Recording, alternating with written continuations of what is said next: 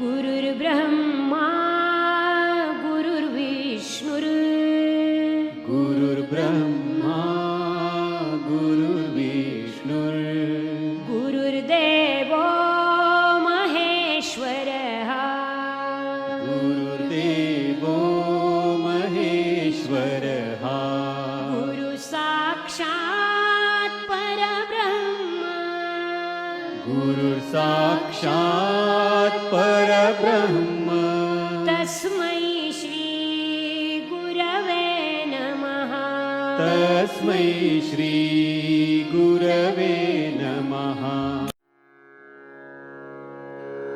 ॐ नमो भगवते वासुदेवाय ॐ नमो भगवते वासुदेवाय ॐ नमो भगवते वासुदेवाय ॐ नमो भगवते वासुदेवाय ॐ नमो भगवते वासुदेवाय वासुदेवाय वासुदेवाय। श्री हरि सचित्र श्री भागवत सुधा सागर सुख सागर भगवान वेद व्यास कृत श्रीमद् भागवत 12 स्कंदों की सरल हिंदी व्याख्या श्लोक सहित प्रस्तुति की जा रही है। मित्रों, राजेंद्र कुमार सूर्यवंशी भगवान विष्णु नारायण श्री कृष्ण के चरणों की धूल उनके शिष्य के मुख के द्वारा ये श्रीमद् भागवत महापुराण का प्रसाद आप तक पहुंचा रहे हैं। कृपया ग्रहण करना मत भूलिए।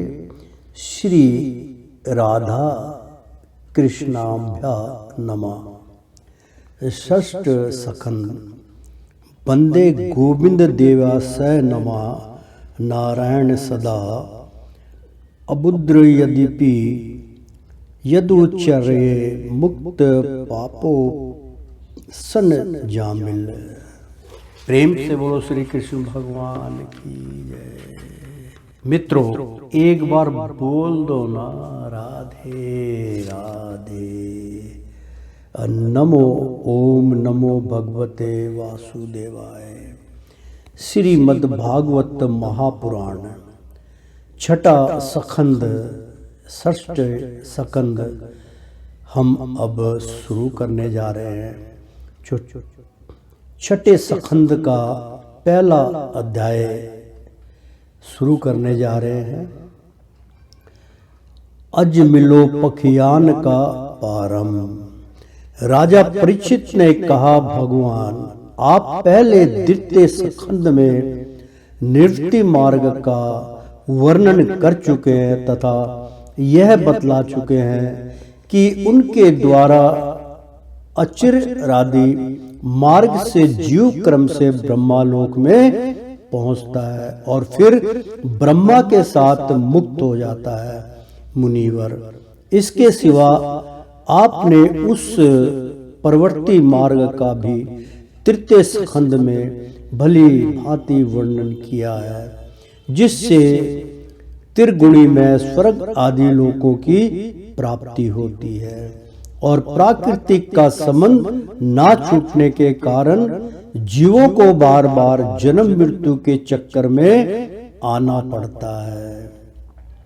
आपने यह भी बतलाया कि अधर्म करने से अनेक नरकों की प्राप्ति होती है और पांचवें स्कंद में उनका विस्तार से वर्णन भी किया। चौथे स्कंद में आपने उस प्रथम मनवंतर का वर्णन किया जिससे अधिपति स्वयंभू मनु थे। साथ ही चौथे और पांचवें स्कंद में प्रियव्रत और उत्तानपाद के वंशों तथा चत्रों का एवं द्वीप वर्ष समुद्र पर्वत नदी उद्यान और विभिन्न द्वीपों के वृक्षों का भी निरूपण किया। प्रेम से बोलो विष्णु भगवान की जय। भूमंडल की स्थिति, उसके द्वीप वर्ष आदि विभाग, उनके लक्षण तथा परिमाण, नक्षत्रों की स्थिति, अतल वितल आदि भूविवर, सात पताल, और भगवान ने इस सब की जिस प्रकार सृष्टि की उसका वर्णन भी सुनाया। महाभाग, अब मैं वह उपाय जानना चाहता हूँ जिसके अनुष्ठान से मनुष्यों को अनेकानेक भयंकर यातनाओं से पूर्ण नरकों में ना जाना पड़े। आप कृपा करके उसका उपदेश कीजिए। प्रेम से बोलो श्री कृष्ण भगवान की जय। श्री सुखदेव जी ने कहा, मनुष्य मन, वाणी और शरीर से पाप करता है। यदि वह उन पापों का इसी जन्म में अप्रायश्चित ना कर ले तो मरने के बाद उसे अवश्य ही उन भयंकर यातनाएं पूर्ण नरकों में जाना पड़ता है, जिनका वर्णन मैंने तुम्हें 5वें स्कंद में के अंत में सुनाया है। इसलिए बड़ी सावधानी और सजगता के साथ रोग एवं मृत्यु के पहले ही शीघ्र से शीघ्र पापों की गुरुता और लघुता पर विचार करके उनका प्रायश्चित कर डालना चाहिए। जैसे मर्मज्ञ चिकित्सक रोगों का कारण और उनकी गुरुता लघुता जानकर झटपट उनकी चिकित्सा कर डालता है। बहुत सुंदर प्रसंग है मित्रों। राजा परीक्षित ने कहा, भगवान, मनुष्य राजदंड, समाज दंड आदि लौकिक और शास्त्रों तक नरक गमन आदि पारलौकिक कष्टों से यह जानकर भी कि पाप उसका शत्रु है, पाप वासनाओं से विवश होकर बार बार वैसे ही कर्मों में प्रवृत्त हो जाता है। ऐसी अवस्था में उसके पापों का प्रायश्चित कैसे संभव है? मनुष्य कभी तो प्रायश्चित आदि के द्वारा पापों से छुटकारा पा लेता है, कभी फिर उन्हें ही कहने लगता है। ऐसी स्थिति में समझता हूँ कि जैसे स्नान करने के बाद धूल डाल लेने के कारण हाथी का स्नान व्यर्थ हो जाता है, वैसे ही मनुष्य का प्रायश्चित करना भी व्यर्थ ही है। श्री सुखदेव जी ने कहा, वस्तुतः कर्म के द्वारा ही कर्म का निर्वीर्य नाश नहीं होता, क्योंकि कर्म का अधिकारी अज्ञानी है। अज्ञान रहते पाप वासनाएं सर्वथा नहीं मिट सकती। इसलिए सच्चा प्रायश्चित तो तत्व ज्ञान ही है। जो पुरुष केवल सुपथ्य का ही सेवन करता है उस रोग अपने वश में नहीं कर सकते। वैसे ही परीक्षित, जो पुरुष नियमों का पालन करता है वह धीरे धीरे पाप वासनाओं से मुक्त हो कल्याण पद तत्व ज्ञान प्राप्त करने में समर्थ होता है। प्रेम से बोलो श्री कृष्ण भगवान की जय। जैसे बांसों के झुरमुट में लगा आग बांसों को जला डालती है, वैसे ही धर्म यज्ञ और श्रद्धावान धीर पुरुष तपस्या ब्रह्मचार्य इंद्र मन की स्थिरता दान सत्य बाहर भीतर की पवित्रता तथा यम एवं नियम इन 9 साधनों से मन वाणी और शरीर द्वारा किए गए बड़े से बड़े पापों को भी नष्ट कर देता है। भगवान की शरण में रहने वाले भक्त जन जो बिरले ही होते हैं, केवल भक्ति के द्वारा अपने सारे पापों को उसी प्रकार भस्म कर देते हैं जैसे सूर्य कुहरे को परिचित पापी पुरुष की जैसी शुद्धि भगवान को आत्म समर्पण करने से और उनके भक्तों का सेवन करने से होती है, वैसे तपस्या आदि के द्वारा नहीं होती। जगत में यह भक्ति का पंथ ईश्वर से भय रहित और कल्याण स्वरूप है, क्योंकि इस मार्ग पर भगवंत प्रयाण सुशील साधु जन चलते हैं। परीक्षित, जैसे शराब से भरे घड़े को नदियां पवित्र नहीं कर सकती, वैसे ही बड़े बड़े प्रायश्चित बार बार किए जाने पर भी भगवंत मुख मनुष्य को पवित्र करने में असमर्थ है। जिन्होंने अपने भागवत गुणानुरागी मन मधुकर को भगवान श्री कृष्ण के चरणा विंद मकरंद का एक बार प्राण करा दिया, उन्होंने सारे प्रायश्चित कर लिए। वे स्वप्न में भी यमराज और उनके पासदारी दूतों को नहीं देखते, फिर नरक की तो बात ही क्या है। परीक्षित, इस विषय में महात्मा लोग एक प्राचीन इतिहास कहा करते हैं। उसमें भगवान विष्णु और यमराज के दूतों का संवाद है। तुम मुझसे उसे सुनो। कन्याकुब्ज नगर कनौज में एक दासीपति ब्राह्मण रहता था।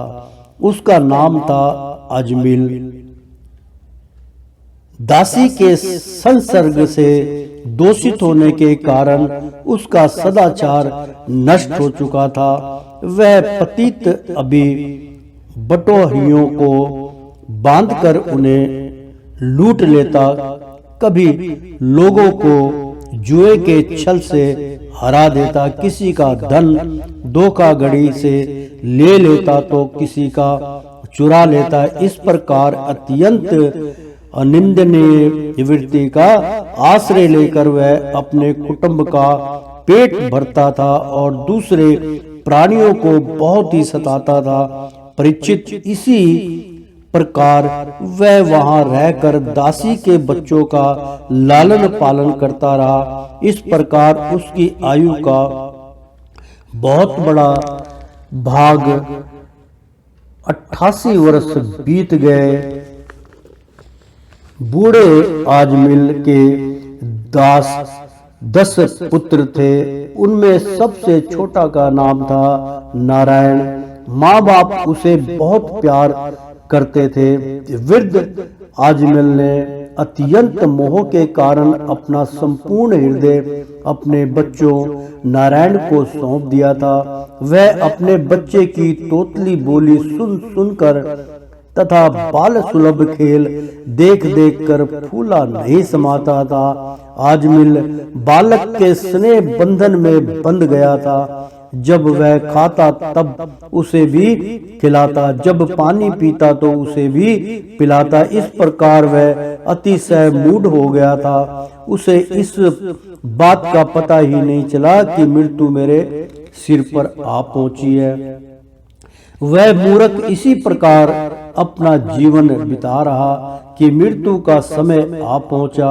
अब वह अपने पुत्र बालक नारायण के संबंध में ही सोचने विचारने लगा। इतने में ही आजमिल ने देखा कि उसे ले जाने के लिए अत्यंत भयावह 3 यमदूत आए हैं। उनके हाथों में फांसी है, मुंह में टेढ़े मेढ़े है और शरीर के रोए खड़े हुए हैं। उस समय बालक नारायण वहां से कुछ दूरी पर खेल रहा था। यमदूतों को देखकर आजमिल अत्यंत व्याकुल हो गया और उसने बहुत ऊंचे स्वर से पुकारा, नारायण।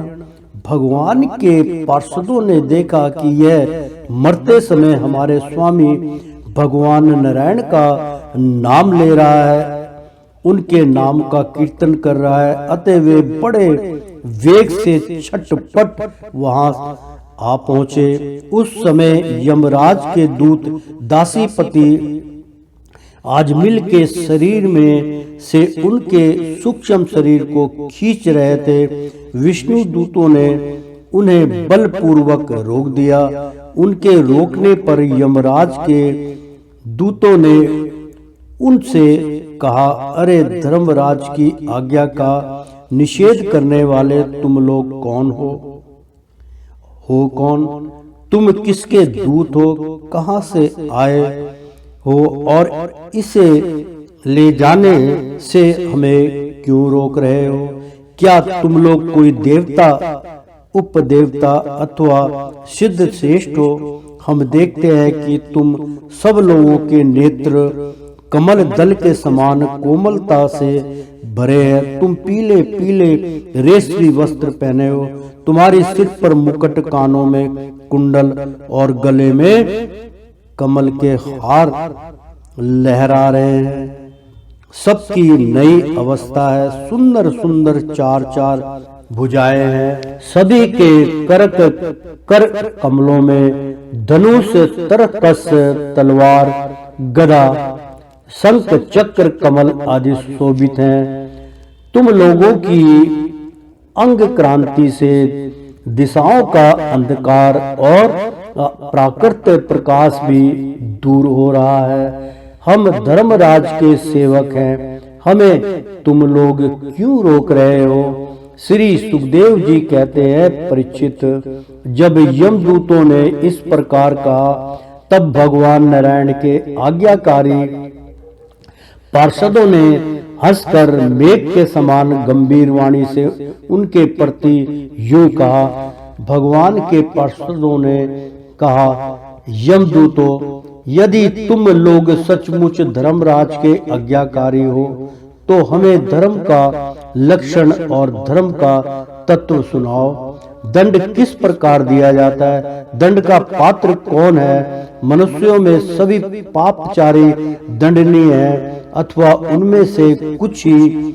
यमदूतों ने कहा, वेदों ने जिन कर्मों का विधान किया है वे धर्म है और जिनका निषेध किया है वे अधर्म है।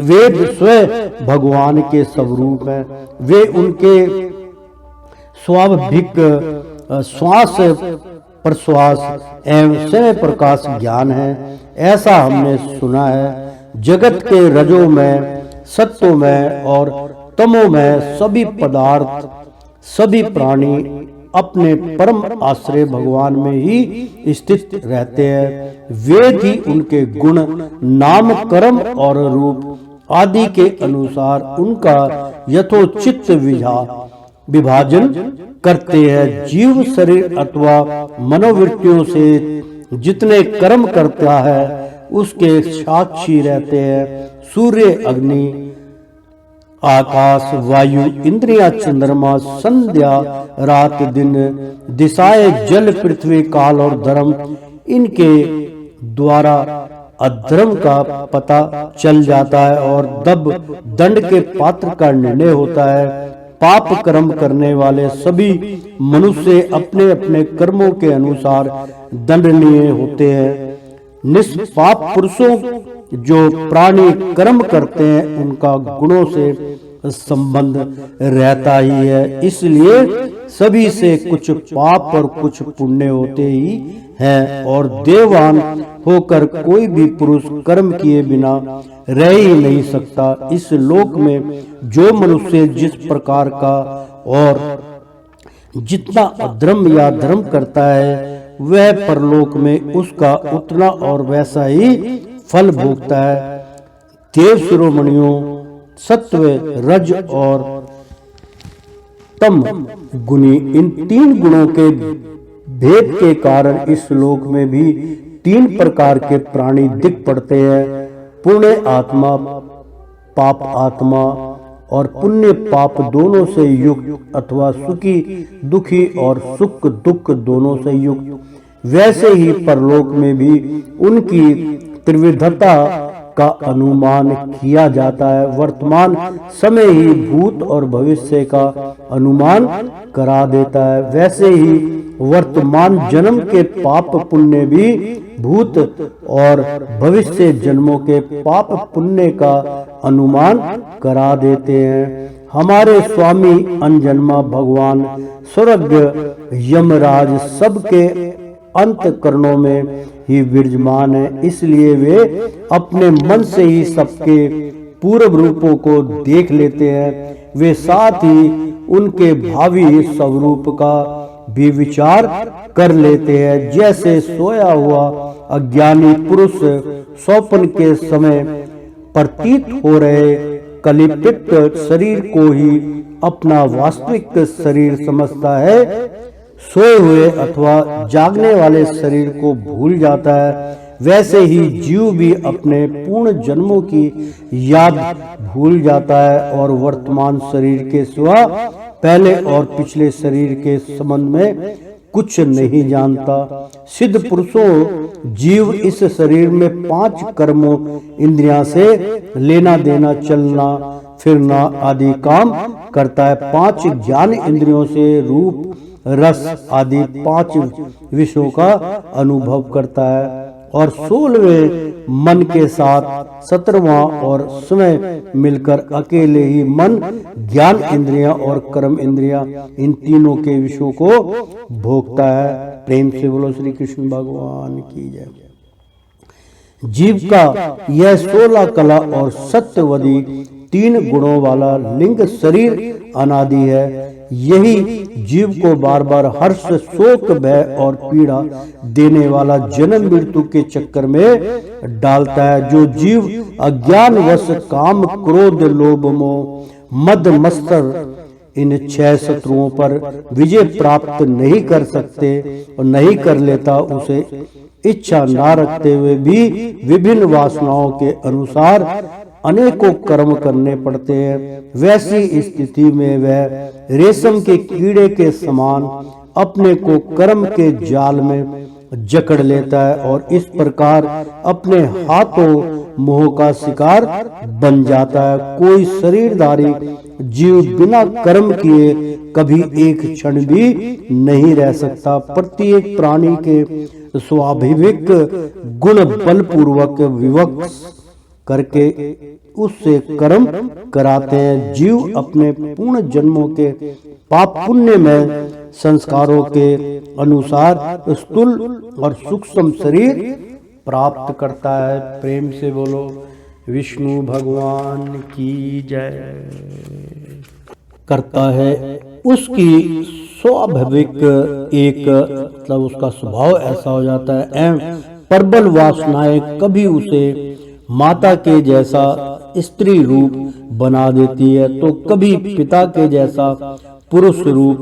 प्राकृतिक का संस्कर्ग होने से ही पुरुष अपने को अपने वास्तविक स्वरूप के विपरीत लिंग शरीर मान बैठता है और मान बैठा है। यह व्यपर्य भगवान के भजन से शीघ्र ही दूर हो जाता है।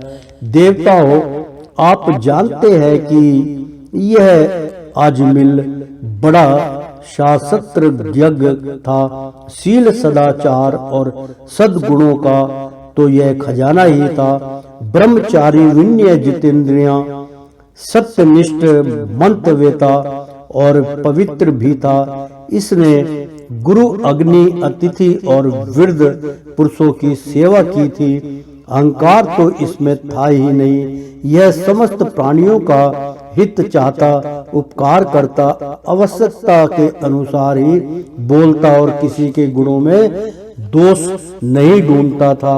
एक दिन यह ब्राह्मण अपने पिता के आदेश अनुसार वन में गया और वहां से फल, फूल, समीधा तथा कुश लेकर घर के लिए लौटा। लौटते समय इसने देखा कि एक भ्रष्ट शूद्र जो बहुत कामी और निर्लज है, शराब पीकर किसी वेश्या के साथ विहार कर रहा है। वेश्या भी शराब पीकर मतवाली हो रही है। नशे के कारण उसकी आंखें नाच रही हैं। वह अद्रनगन अवस्था में हो रही है। वह शूद्र उस वेश्या के साथ कभी गाता, कभी हंसता और कभी तरह तरह की चेष्टाएं करके उसे प्रसन्न करता है। निष्पाप पुरुषों शूद्र की भुजाओं में अंगराज आदि कामोद्दीपक वस्तुएं लगी हुई थी और वह उनसे उस कुलटा का आलिंगन कर रहा था। अजमिल उन्हें इस अवस्था में देखकर सहसा मोहित और काम के वश हो गया। यद्यपि अजमिल ने अपने धैर्य और ज्ञान के अनुसार अपने काम वेग से विचलित मन को रोकने की बहुत चेष्टाएं की, परंतु पूरी शक्ति लगा देने पर भी वह अपने मन को रोकने में असमर्थ रहा। उस वेश्या को निर्मित बनाकर काम्य पिशाच ने अजमील के मन को ग्रस लिया। इसकी सदाचार और शास्त्र संबंधी चेतना नष्ट हो गई। प्रेम से बोलो श्री कृष्ण भगवान की जय। अर्थात मित्रों, बहुत सुंदर प्रसंग है। उस वेश्या को निमित्त बनाकर काम्य पिशाच ने अजमाल के मन को ग्रस लिया। इसकी सदाचार और शास्त्र संबंधी चेतना नष्ट हो गई। अब यह मन ही मन उसी वेश्या का चिंतन करने लगा और अपने धर्म से विमुख हो गया। अजमिल सुंदर सुंदर वस्त्र, आभूषण आदि वस्तुओं जिनसे वह प्रसन्न होती ले आता, यहाँ तक कि इसने अपने पिता की सारी संपत्ति देकर भी उस कुलटा को रिझाया। यह ब्राह्मण उसी प्रकार की चेष्टा करता जिससे वह वैश्या प्रसन्न हो। उस स्वच्छंद शरणी कुलटा की तिरछी चितवन ने उसके मन को ऐसा लुभा लिया कि इसने अपनी कुलीन नवयुक्ति और विवाहता पत्नी का प्रतित्याग कर दिया। इसके पाप की भी भला कोई सीमा है। यह कुबुद्धि न्याय से अन्याय से जैसे भी यहाँ कहीं भी धन मिलता वहीं से उठा लाता। उस वेश्या के बड़े कुटुंबों का पालन करने में ही यह व्यस्त रहता। इस पापी ने शास्त्र ज्ञान का उल्लंघन करके स्वच्छंद आचरण किया है। यह सत्य पुरुषों के द्वारा निंदित है। इसने बहुत दिनों तक वेश्या के मल समान अपवित्र अन्न से अपना जीवन व्यतीत किया है। इसका सारा जीवन ही पापमय है। इसने अब तक अपने पापों का कोई प्रायश्चित भी नहीं किया है। इसलिए अब हम इस पापी को दंड प्राणी भगवान यमराज के पास ले जाएंगे। वहां यह अपने पापों का दंड भोग कर शुद्ध हो जाएगा। प्रेम से बोलो श्री कृष्ण भगवान की जय। तो श्रीमन नारायण नारायण हरि हरि, तेरी लीला सबसे न्यारी न्यारी, बोलो हरि। एक बार बोल दो ना, राधे राधे कृष्णम कृष्णम। प्यारे भक्तों मित्रों, षष्ठ स्कंद का पहला अध्याय समाप्त हुआ। दूसरा अध्याय हम शुरू करने जा रहे हैं। प्रेम से बोलो श्री कृष्ण भगवान की जय। एक बार बोल दो ना, राधे राधे। दूसरा अध्याय छठे स्कंद का दूसरा अध्याय हम शुरू करने जा रहे हैं। विष्णु दूतों द्वारा भगवंत धर्म निरूपण और अजमिल का परम धाम गमन। थोड़ा सा भक्ति इंसान कर लेता तो हरि महाराज को निकालने की पूरी चेष्टा करते हैं। श्री सुखदेव जी कहते हैं, परीक्षित, भगवान के नीति निपुण एवं धर्म का मर्म जानने वाले पार्षदों ने यमदूत का यही अभिभाषण सुनकर उनसे इस प्रकार कहा। भगवान के पार्षदों ने कहा, यमदूतों, यह बड़े आश्चर्य और खेद की बात है कि धर्म यज्ञों की सभा में अधर्म प्रवेश कर रहा है, क्योंकि वहां निरपराध और दंडनीय व्यक्तियों को व्यर्थ ही दंड दिया जाता है। जो प्रजा के रक्षक है, शासक है, समदर्शी और परोपकारी है, यदि वे ही प्रजा के प्रति विषमता का व्यवहार करने लगे तो फिर प्रजा किसकी शरण लेगी। सत्य पुरुष जैसा आचरण करते हैं साधारण लोग भी वैसा ही करते हैं। वे अपने आचरण के द्वारा जिस कर्म को धर्मानुकूल प्रमाणित कर देते हैं लोग उसी का अनुकरण करने लगते हैं। साधारण लोग पशुओं के समान धर्म और अधर्म का स्वरूप ना जानकर किसी सत्य पुरुष पर विश्वास कर लेते हैं, उसकी गोद में सिर रखकर निर्भय और निश्चिंत सो जाते हैं। वही दयालु सत्य पुरुष जो प्राणियों का अत्यंत विश्वास पात्र है और जिसे मित्र भाव से अपना हितैषी समझकर उन्होंने आत्मसमर्पण कर दिया है, उन अज्ञानी जीवों के साथ जैसे विश्वासघात कर सकता है। यमदूतों, इसने कोटि कोटि जन्मों की पाप राशि का पूरा पूरा प्रायश्चित कर लिया है, क्योंकि इसने विवश होकर ही सही भगवान के परम कल्याण में मोक्ष पद नाम का उच्चारण तो किया है। जिस समय इसने नारायण इन 4 अक्षरों का उच्चारण किया उसी समय केवल उतने से ही इस पापी के समस्त पापों का प्रायश्चित हो जाएगा। हो गया। चोर, साहब, शराबी, मित्रद्रोही, ब्रह्मघाती, गुरु पत्नी गामी, ऐसे लोगों का संसर्गी, स्त्री, राजा, पिता और गाय को मारने वाला, चाहे जैसा और चाहे कितना बड़ा पापी हो, सभी के लिए यह इतना ही सबसे बड़ा प्रायश्चित है कि भगवान के नामों का उच्चारण किया जाए, क्योंकि भगवान नामों के उच्चारण से मनुष्य की बुद्धि भगवान के गुण, लीला और स्वरूप में रम जाती है और स्वयं भगवान की उसके प्रति आत्मय बुद्धि हो जाती है।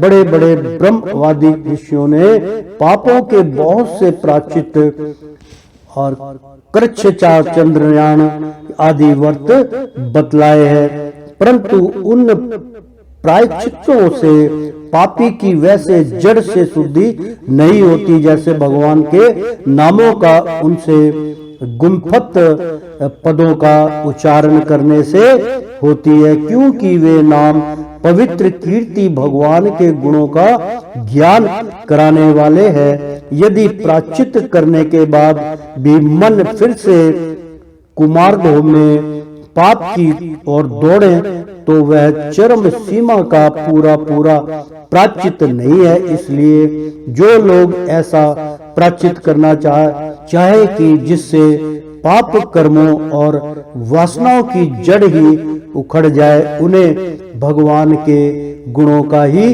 गान करना चाहिए, क्योंकि उससे चित्त सर्वथा शुद्ध हो जाता है।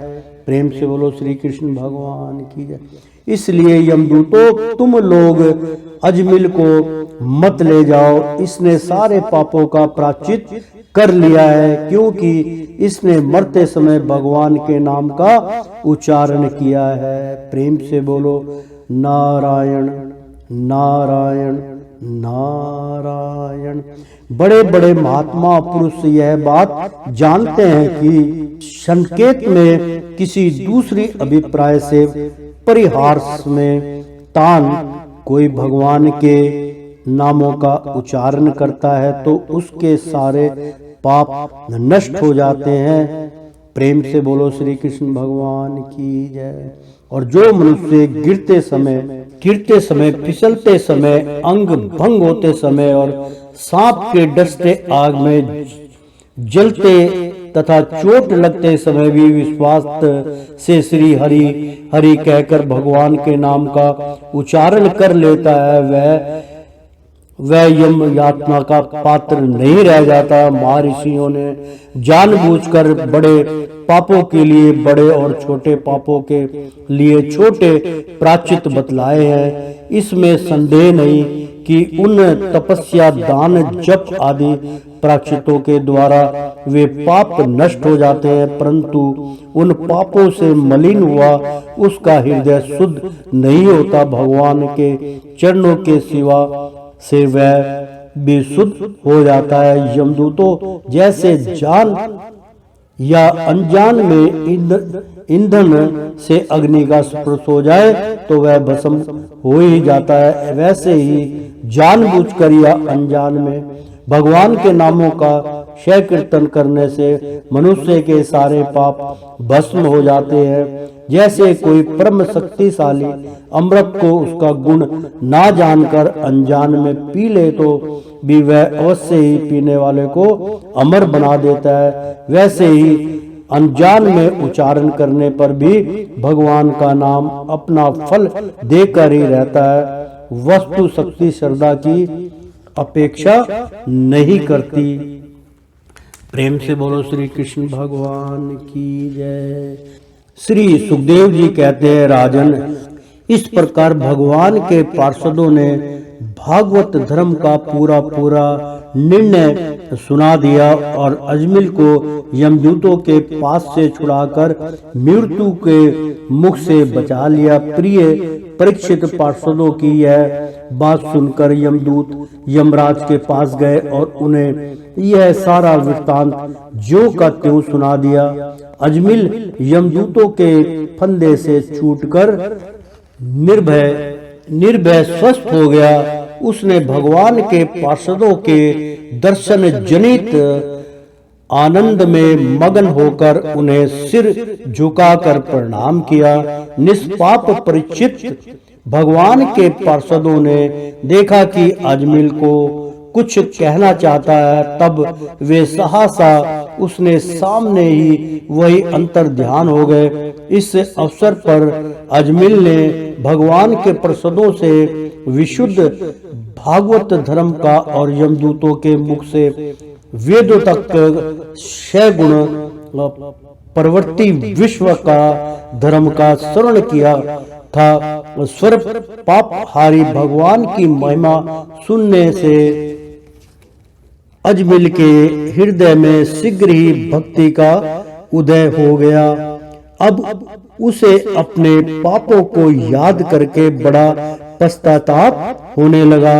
अजमिल मन ही मन सोचने लगा, अरे मैं कैसा इंद्रियों का दास हूँ। मैंने एक दासी के गर्भ से पुत्र उत्पन्न करके अपना ब्राह्मण तत्व नष्ट कर दिया। यह बड़े दुख की बात है, धिक्कार है, मुझे बार बार धिक्कार है। मैं संतों के द्वारा निंदित हूँ, पाप आत्मा हूँ। मैंने अपने कुल में कलंक का टीका लगा दिया। हाय हाय, मैंने अपनी सती एवं अवोध पत्नी का प्रतित्याग कर दिया और शराब पीने वाले उल्टा का संसर्ग किया। कितना नीच हूँ। मेरे माँ बाप बूढ़े और तपस्वी थे, वे समर्था असहाय थे। उनकी सेवा शुश्रूषा करने वाला और कोई नहीं था, मैं ही था।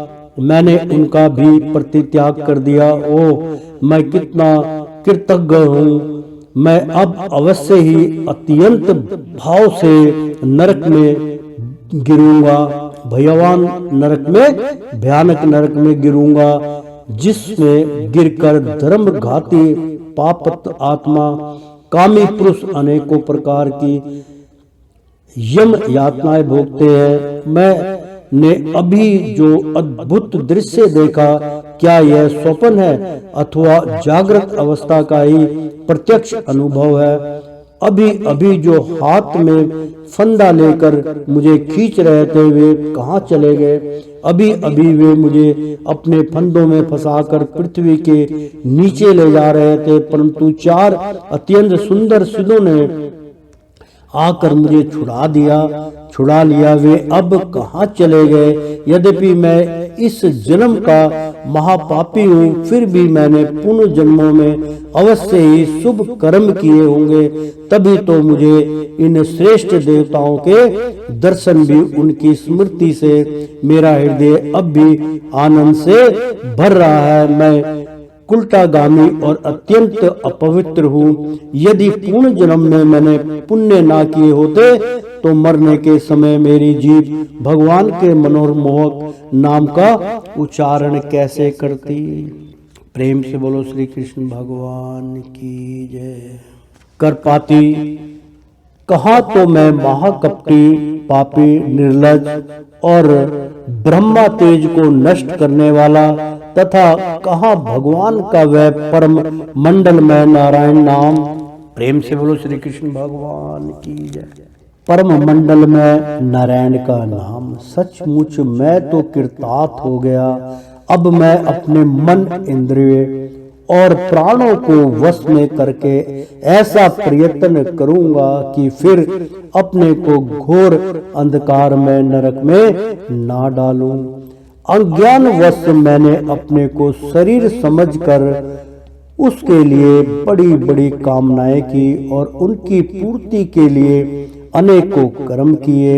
उन्हीं का फल है ये बंधन। अब मैं इसे काट कर समस्त प्राणियों का हित करूंगा, वासनाओं को शांत कर दूंगा, सबसे मित्रता का व्यवहार करूंगा, दुखियों पर दया करूंगा और पूरे संयम के साथ रहूंगा। भगवान की माया ने स्त्री का रूप धारण करके मुझे अधर्म को फांस लिया और कीड़ा मृग की भांति मुझे बहुत नाच नचाया। अब मैं अपने आप को उस माया से मुक्त करूंगा। मैंने सत्य वस्तु परमात्मा को पहचान लिया है, अतः अब मैं शरीर आदि में मैं तथा मेरे का भाव छोड़कर भगवान नाम के कीर्तन आदि से अपने मन को शुद्ध करूंगा और उसे भगवान में लगाऊंगा। प्रेम से बोलो श्री कृष्ण भगवान की जय। श्री सुखदेव जी कहते हैं, परीक्षित, उन भगवान के पार्षद महात्माओं का केवल थोड़ी ही देर के लिए सत्संग हुआ था। इतने से ही अजमिल के चित्त में संसार के प्रति तीव्र वैराग्य हो गया। वे सबके संबंध और मोह को छोड़कर हरिद्वार चले गए। उस देव स्थान में जाकर वे भगवान के मंदिर में आसन से बैठ गए और उन्होंने योग मार्ग का आश्रय लेकर अपनी सारी इंद्रियों को विषयों से हटाकर मन में लीन कर लिया और मन को बुद्धि में मिला दिया। इसके बाद आत्म चिंतन के द्वारा उन्होंने बुद्धि को विषयों से पृथक कर लिया तथा भगवान के धाम अनुभव स्वरूप पर ब्रह्मा में जोड़ दिया। इस प्रकार जब अजमिल की बुद्धि त्रिगुणमयी प्राकृतिक से ऊपर उठकर भगवान के स्वरूप में स्थित हो गई, तब उन्होंने देखा कि उनके सामने वे ही चारों पार्षद जिन्हें उन्होंने पहले देखा था खड़े हैं। अजमिल ने सिर झुकाकर उन्हें नमस्कार किया। उनका दर्शन पाने के बाद उन्होंने उस तीर्थ स्थान में गंगा के तट पर अपना शरीर त्याग दिया और तत्काल भगवान के पार्षदों का स्वरूप प्राप्त कर लिया। अजमिल भगवान के पार्षदों के साथ स्वर्ण में विमान पर आरूढ़ होकर आकाश मार्ग से भगवान लक्ष्मीपति के निवास स्थान वैकुंठ को चले गए। प्रेम से बोलो विष्णु भगवान की जय। परीक्षित, अजमिल ने दासी का सहवास करके सारा धर्म कर्म चौपट कर दिया था। वे अपने निंदित कर्म के कारण पतित हो गए थे। नियमों से जयुक्त हो जाने के कारण उन्हें नरक में गिराया जा रहा था, परंतु भगवान के एक नाम का उच्चारण करने मात्र से वे उससे तत्काल मुक्त हो गए।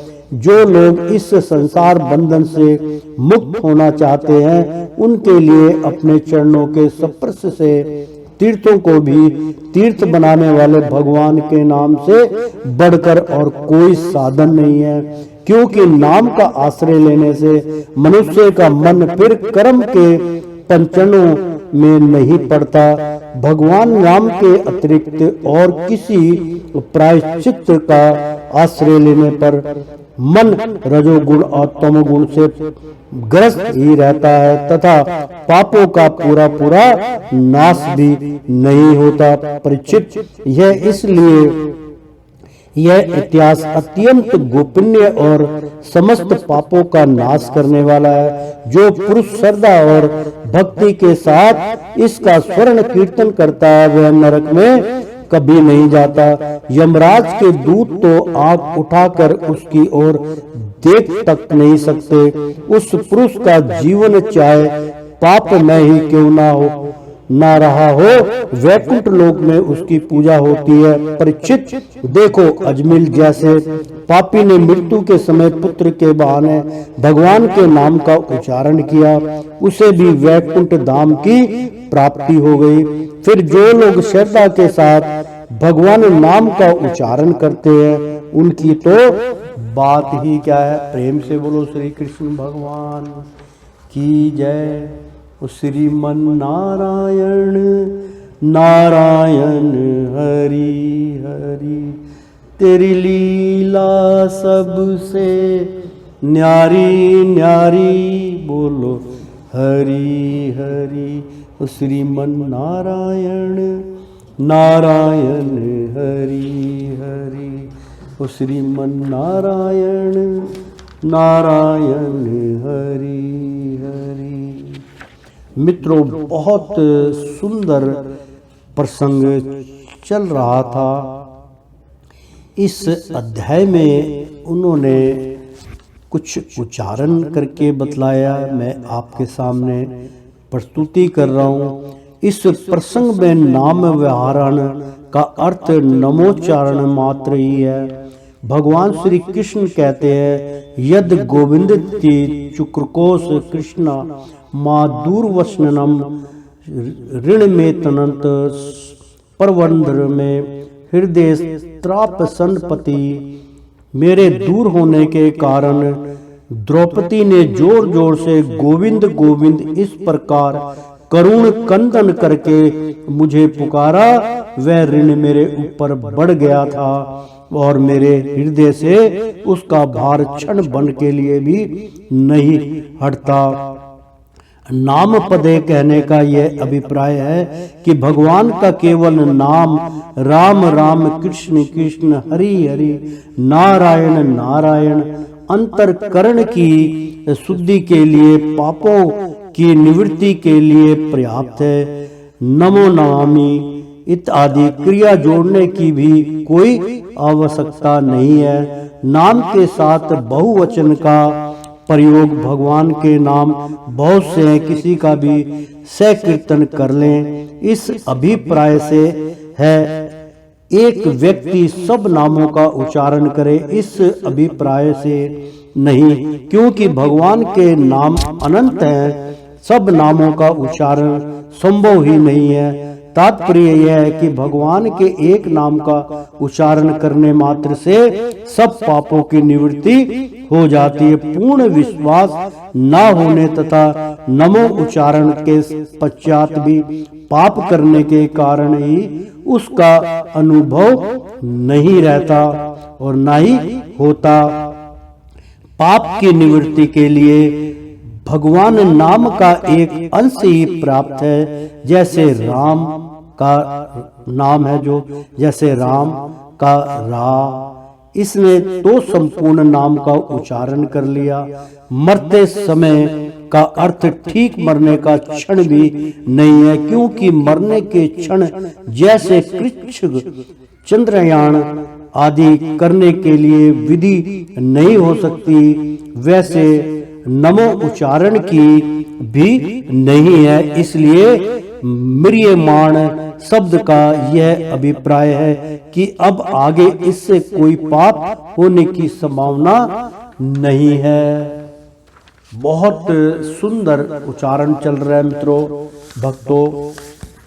तो वस्तुति की स्वाभाविक शक्ति इस बात की प्रतीक्षा नहीं करती कि यह मुझ पर श्रद्धा रखता है कि नहीं। जैसे अग्नि या अमृत, हरि हरि रति पापनी दुष्ट चित्त रसी समृत अनिच्छयापि संसर पृष्ठों दहत मेव ही पावक, दहत ये ही पावक है।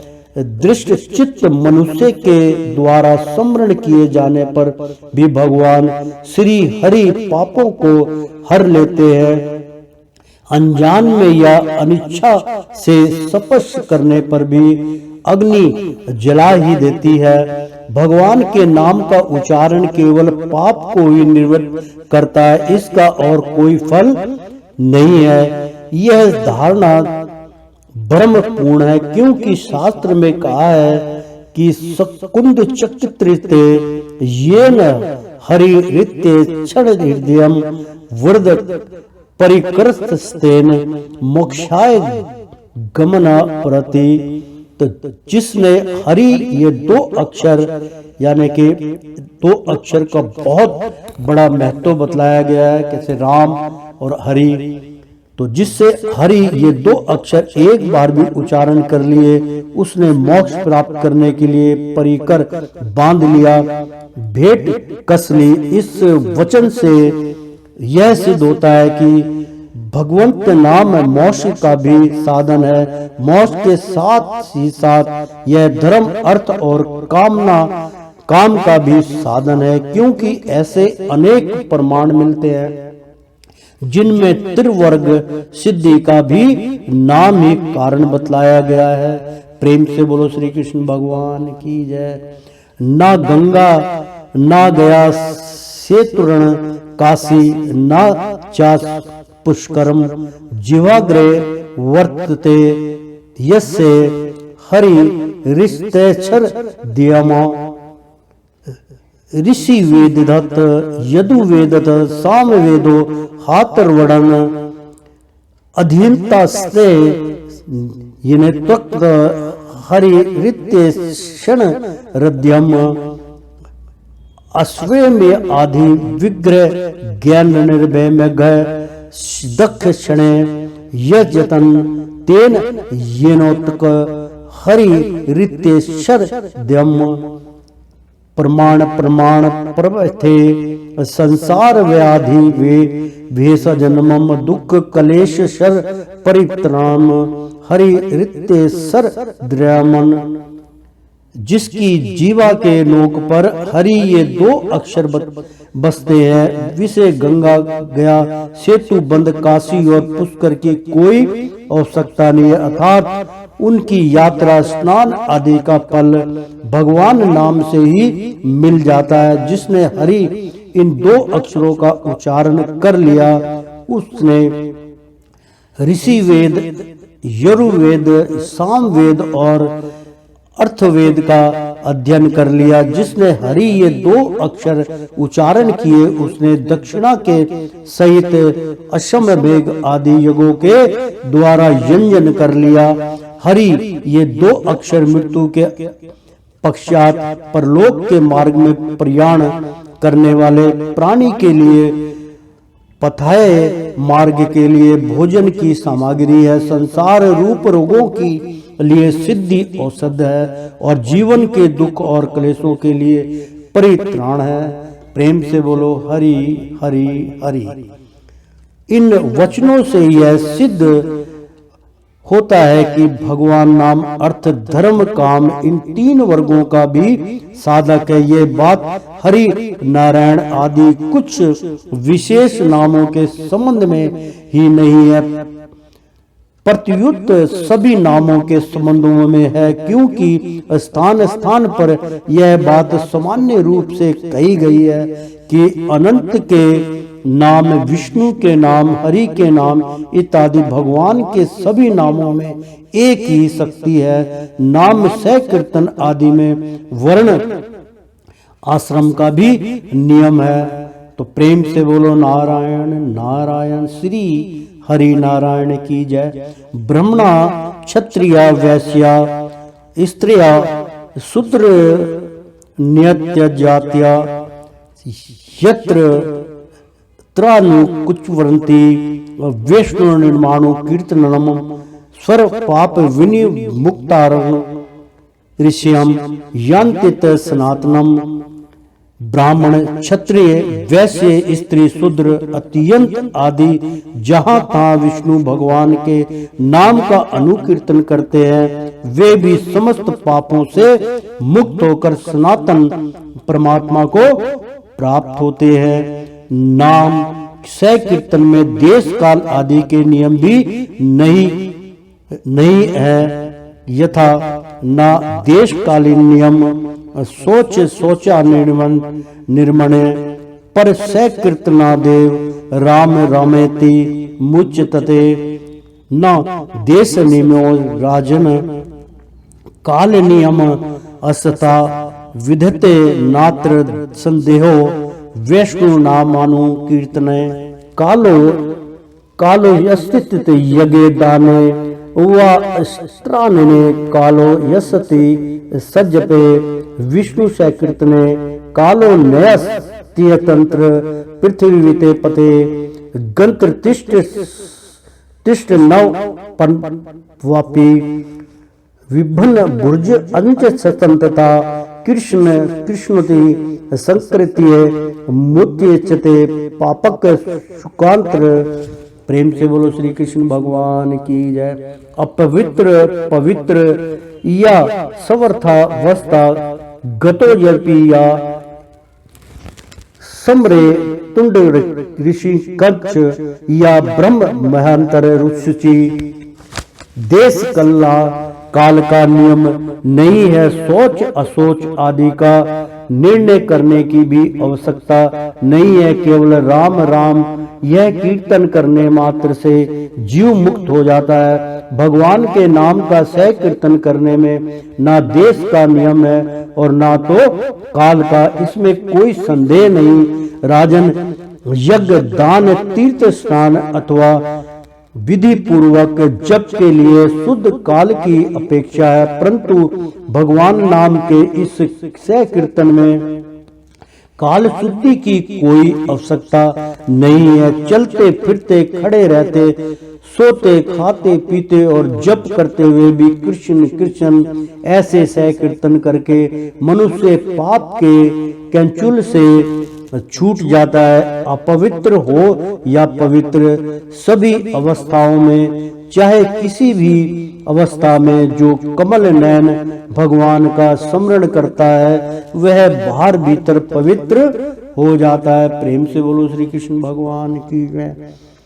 कृष्णोतिथि मंगल नाम यस्य वाची पर्वते भस्मी भवन्ति सदयस्तुति महापात कटकोरिया सर्वे सामपि यज्ञाना लक्ष्याणि वर्तनी व तीर्थ स्नानानि सर्वणि तपस्यन नश्यनि च वेद पाठ सहस्रणी अपराध शिष्यनि भुव सतम कृष्ण नाम जप समस्यानि स्यासनि कालन नरहंत सोष्ट सीमा। जिसकी जीवा पर कृष्ण कृष्ण कृष्ण यह मंडल में नाम नित्य करता रहता है, श्री उसकी कोटि कोटि महापात कर राशि तत्काल भस्म हो जाती है। सारे यज्ञ लाखों व्रत सब तीर्थ स्नान तप अनेकों उपवास हजारों वेद पाठ पृथ्वी के सैकड़ों प्रदक्षिणा कृष्ण नाम जप के 16वें हिस्से के बराबर भी नहीं हो सकती। भगवान के कीर्तन में ही यह फल हो सो बात नहीं, उनके स्वर्ण और स्मरण में भी वही फल है। 10वें सखंड के अंत में कहेंगे जिनके नाम का स्मरण और उच्चारण अमंगलंग है। शिव गीता और पाद पुराण में कहा है, आश्चर्य व भय सो के छते व सम नाम या व्याजन व समरेस्तु सा यति परमागतम प्राण्याणे चर प्राण्याणे व यणाम समरंता निग्राणम सदो नश्यति पापहदो नमस्ते में चिंद्रा तन मने। प्रेम से बोलो राधे कृष्ण। भगवान कहते कि आश्चर्य, भय, शोक, छत, चोट लगने आदि के अवसर पर जो मेरा नाम बोल उठता है, वह किसी बजाय से स्मरण करता है, वह परम गति को प्राप्त होता है। मृत्यु या जीवन, चाहे जब कभी भगवान का नाम स्मरण करने वाले मनुष्यों की पाप राशि तत्काल नष्ट हो जाती है। उन चिंतनमा प्रभु को नमस्कार है। इतिहा यो सोचन यानी कि इतिहास सोतम में कहा गया है, हृत्वा नामनी तत्र स्थान स्त्रीनो तख्तनी हरे द्रुज नरका मुक्ता सद्ध एवं महामुने ब्राह्मण देवा भक्त राज के मुख से नरक में रहने वाले प्राणियों ने श्री हरि के नाम का स्मरण किया और वे तत्काल नरक से मुक्त हो गए। यज्ञादिक रूप धर्म अपने अनुष्ठान के लिए जिस पवित्र देश काल पात्र शक्ति सामग्री श्रद्धा मंत्र दक्षिणा आदि की अपेक्षा रखता है, इस कलयुग में उसका संपन्न होना अत्यंत कठिन है। भगवान नाम कीर्तन के द्वारा उसका फल अनानास ही प्राप्त किया जा सकता है। भगवान शंकर पार्वती के प्रति कहते हैं, ईशोसा स्वर्ग जगंता नरमा वैष्ण ही जपका सत्य सत्य वज्रदेव हरे न्याना गति निर्णाम।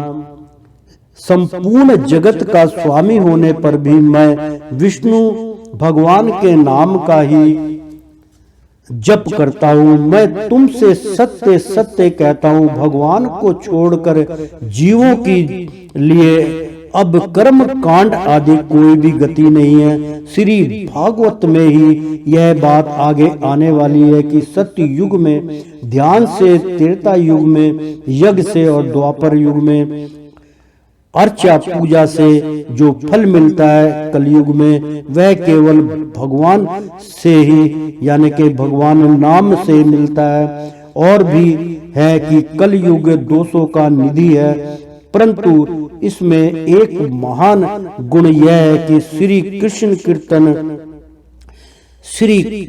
कीर्तन मात्र से ही जीव बंधन मुक्त होकर परमात्मा को प्राप्त कर लेता है। इस प्रकार एक बार के नमोच्चारण की भी अत्यंत महिमा शास्त्रों में कही गई है। यह मूल प्रसंग में ही एकादापि कहा गया है। शुक्रदू चतुर्थी का उल्लेख किया जा चुका है। बार बार जो नमो उच्चारण का विधान है वह आगे और पाप ना उत्पन्न हो जाए, इसके लिए ऐसे वचन भी मिलते हैं। सुखद्रुत चरित्र में ये बतलाया गया है। प्रेम से बोलो श्री कृष्ण भगवान की जय। बहुत मित्रों सुंदर प्रसंग की व्याख्या हो रही है। तो कि भगवान के नाम का उच्चारण करने से भूत, वर्तमान और भविष्य के सारे पाप भस्म हो जाते हैं। यथा वर्तमान चा यत पाप यद भूत यद भविष्यति असत्र स्वर निर्धेत्यासु गोविंद नंदन कीर्तनम। फिर भी भगवंत प्रेमी जीव को पापों के नाश पर अधिक दृष्टि नहीं रखनी चाहिए। उसे तो भक्ति भाव की दृढ़ता के लिए भगवान के चरणों में अधिक अधिक प्रेम बढ़ता जाए। इस दृष्टि से अहर्निश नित्य निरंतर भगवान के मधुर मधुर नाम जपते जाना चाहिए। कितनी अधिक निष्ठमता होगी उतनी नाम की पूर्णता प्रकट होती जाएगी, अनुभव में आती जाएगी। अनेक तरीकों के मन में यह कल्पना उठती है कि नाम की महिमा वास्तविक नहीं है,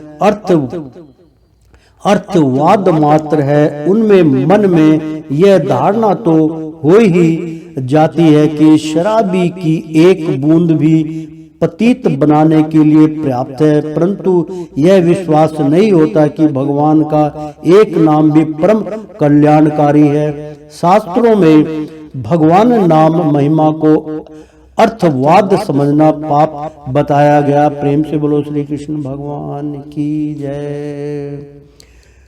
पुराण वेशत्रवादतम ये वदन्ते नाराधाम तैर जीतानि पुष्पयानि द्रुतदेव भवन्ति ही मननारम कीर्तन फलम विविंद निस्मय शर्दधाति मनुते यदुतथ्रवादम वो यो मानुष्य सत्य मिह दुःखचते क्षिपमापि संसार घोर विविध धातिने पंडे पिंडतातनम अर्थवाद हर्ननमी संभावयति यो नर या पापिष्टो मनुष्यनाय नर के पापति सपुटम जो नाराधाम पूर्णों में अर्थवाद की कल्पना करते हैं उनके द्वारा उपर्जित पुण्य वैसे ही हो जाता है। जो मनुष्य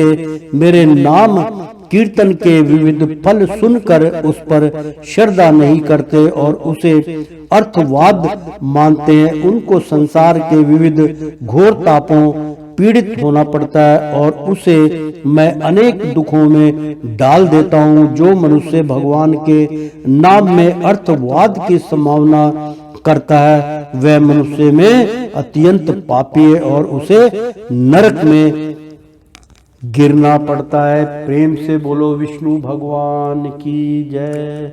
ओ श्रीमन नारायण नारायण हरि हरि तेरी लीला सबसे न्यारी न्यारी बोलो हरि हरि। ओ श्रीमन नारायण नारायण हरि हरि प्रेम से बोलो श्री कृष्ण भगवान की जय। एक बार बोल दो ना राधे राधे कृष्णम कृष्णम। प्रेम से बोलो श्री कृष्ण भगवान की जय। एक बार तय दिल से बोल दीजिए ना जय श्री राम।